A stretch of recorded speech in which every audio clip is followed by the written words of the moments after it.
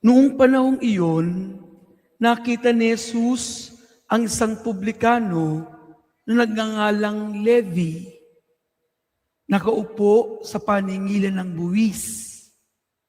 Sinabi sa kanya ni Jesus, "Sumunod ka sa akin."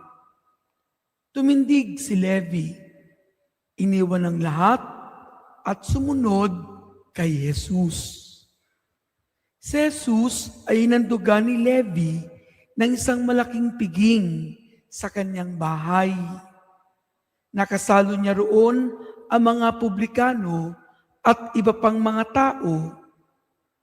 Nagbulong-bulungan ang mga Pariseyo at ang kanilang mga kasamang eskriba. Sinabi nila sa mga alagad ni Jesus, "Bakit kayo kumakain at umiinom? Nakasalo ang mga publikano at mga makasalanan."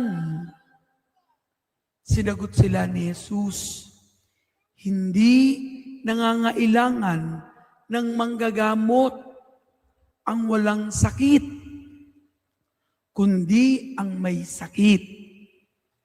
Naparito ako hindi upang tawagin ang mga matuwid, kundi ang mga makasalanan